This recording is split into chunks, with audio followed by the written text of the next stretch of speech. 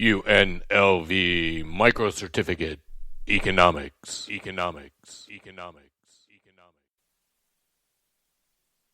A little talk now about how socialism has worked or not worked in the real world.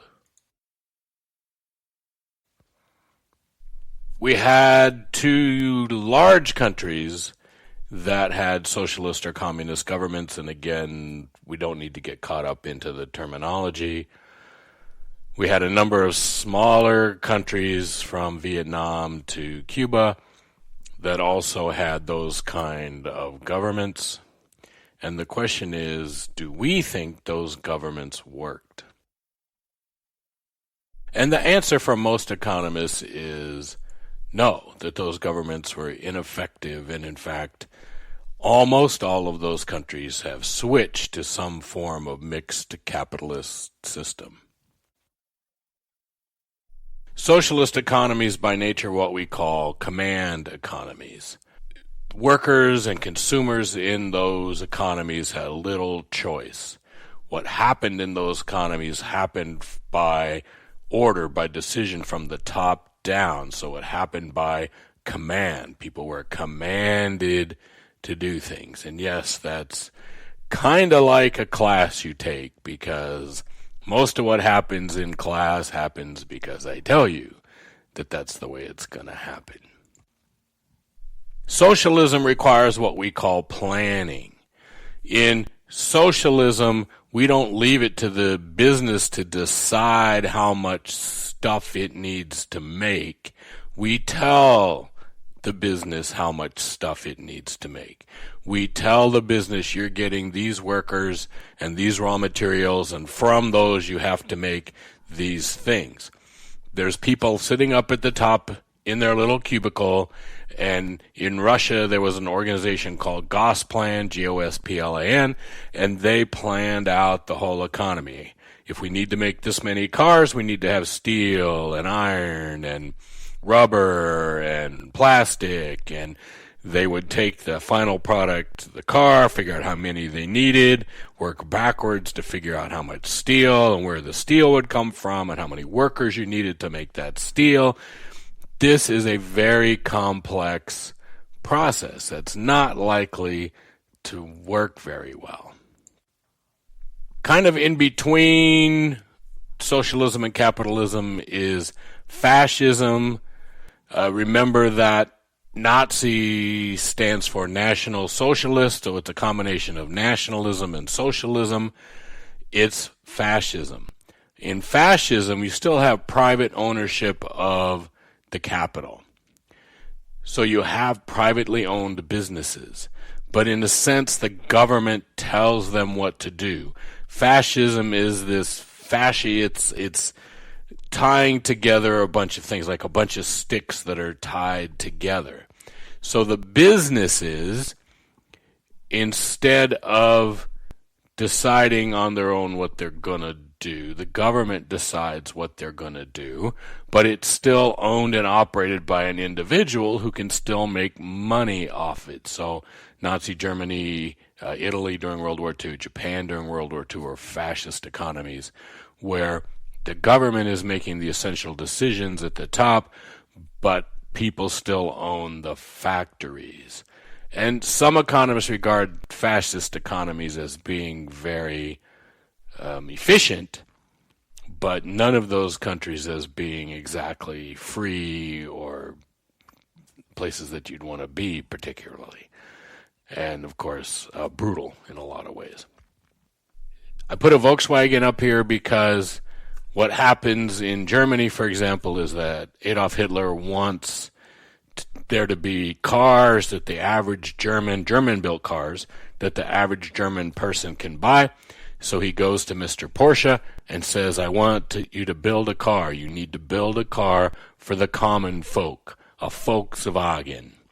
And from that we get Volkswagens, and Mr. Porsche designs the Bug, the Volkswagen Beetle, and that becomes the car for the masses in Germany. And that company was a private company, and it's still around, but they didn't have a choice of what to produce. They had a choice of what that little car should look like and how it should be built and designed and all of that, but they didn't have a choice of what their end product would be. So fascism is kind of in between what we think of as socialism today and capitalism today. It had planning, but not all the way down. So imagine that we're in Soviet Union, in Russia, when they were communist socialist.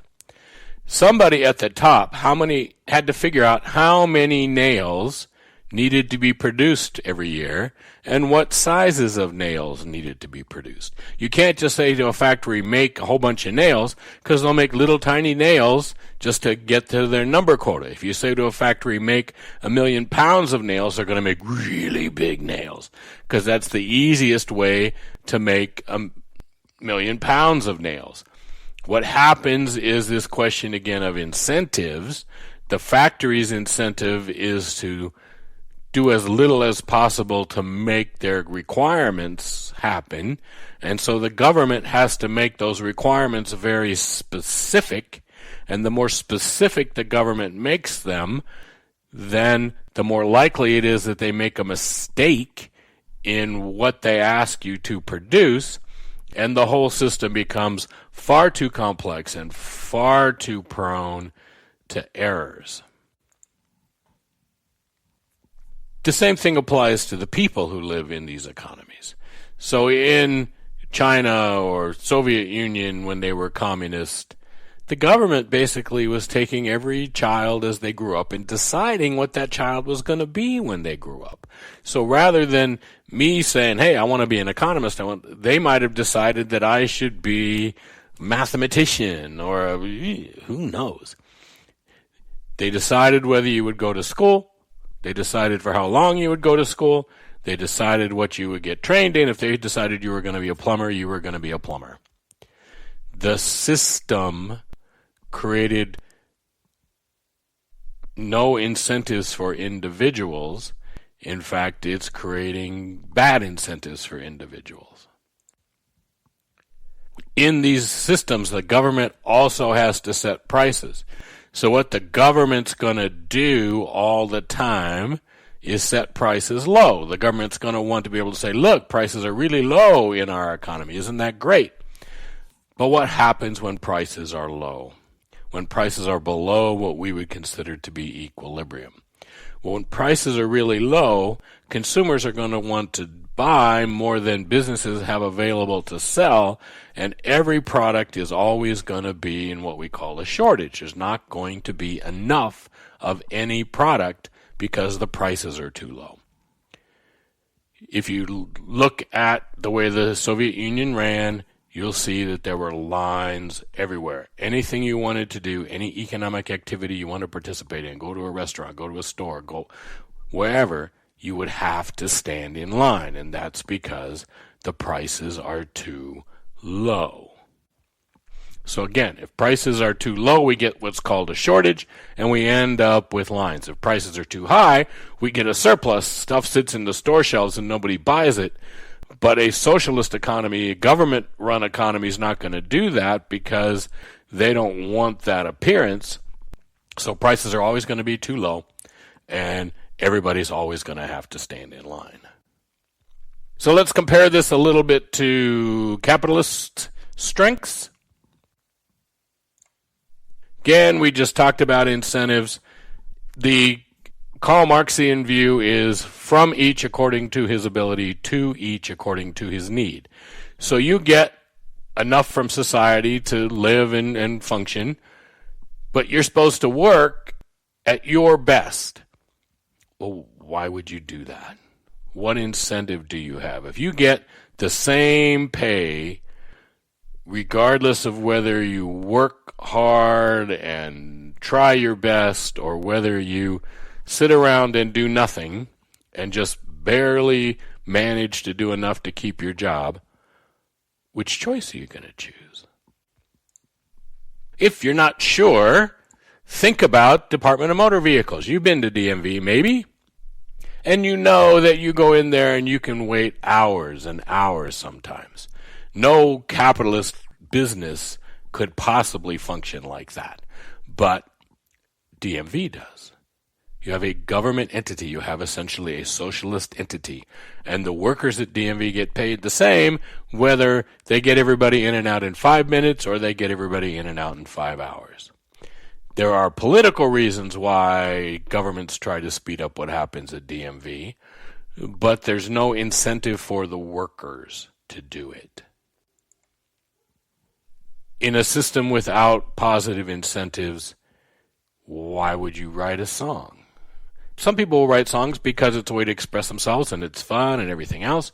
But most people put their heart and soul into the music business because they want to make money. Just ask Metallica why they do what they do, and in the end it comes down to money.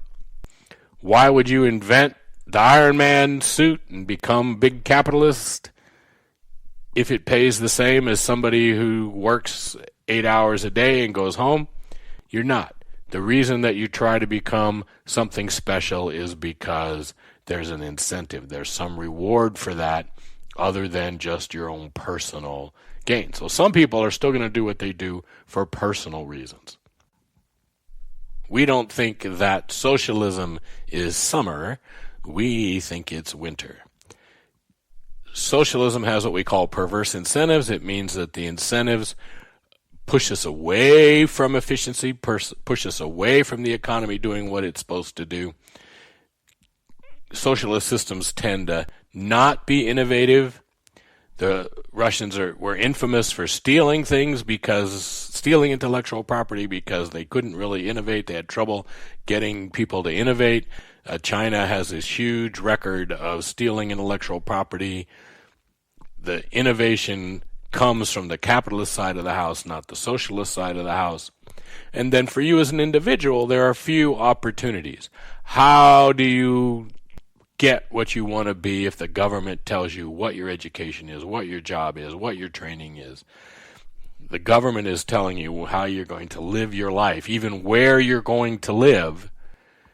It's not a system that's good for human beings and human freedom and all those things that we like about capitalism.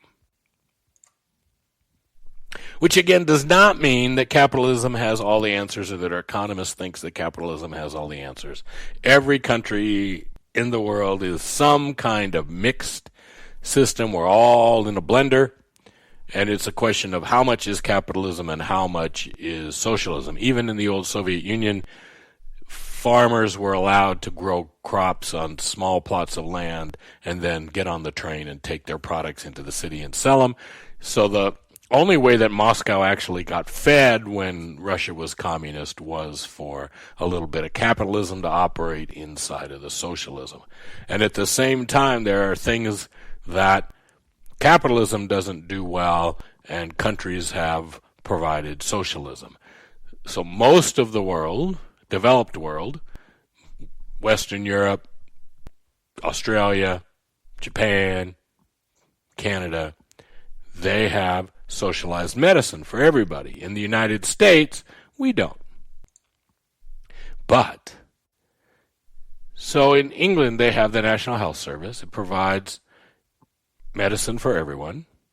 The outcomes, two important things to understand here. One is that if you look at the healthcare outcomes in Western Europe or in Australia or Canada and compare them to the United States, the outcomes are the same. Their systems don't do better than ours, and our system doesn't do better than theirs. But healthcare costs half as much. So the government, the percent of GDP in those countries that goes to healthcare is half of what it is in the United States. So healthcare is a lot less expensive. Outcomes are just the same, but it costs us twice as much. The other side to that, though, is if you want an elective procedure, you want your nose fixed because you don't like your nose, the national health system might not do that and might not pay anything toward it, and you might have to pay the whole thing. Or the national system might do it, but you might have to wait 6 months, a year. So there are positives and negatives about national health care. And in fact, in the United States, we do have socialized medicine in the form of Medicare and Medicaid. A significant part of our population is in a socialized medicine system. The Veterans Administration, Medicare, Medicaid, those are all single provider, government-run healthcare systems. And we know that the veterans healthcare system in the U.S. has had terrible outcomes and not done very well. Most people are pretty favorable when it comes to Medicare and what Medicare does, even though there's a lot of fraud in Medicare. We know that there's a huge amount of fraud in Medicare, in fact, and it doesn't provide some of the services that people need. So there's always going to be these arguments, and that's one of the things economists always know. There's always costs and benefits. There's always pluses and minuses. There's always the good and the bad, and you have to consider both sides. So generally speaking, most economists believe capitalism is more efficient than socialism. In other words, for the same resources, you get more in a capitalist system than you do in a socialist system. And again, we've seen China, Russia, all of Eastern Europe, Vietnam move away from socialism and toward capitalism because capitalism is more productively efficient. It produces more stuff from the same resources.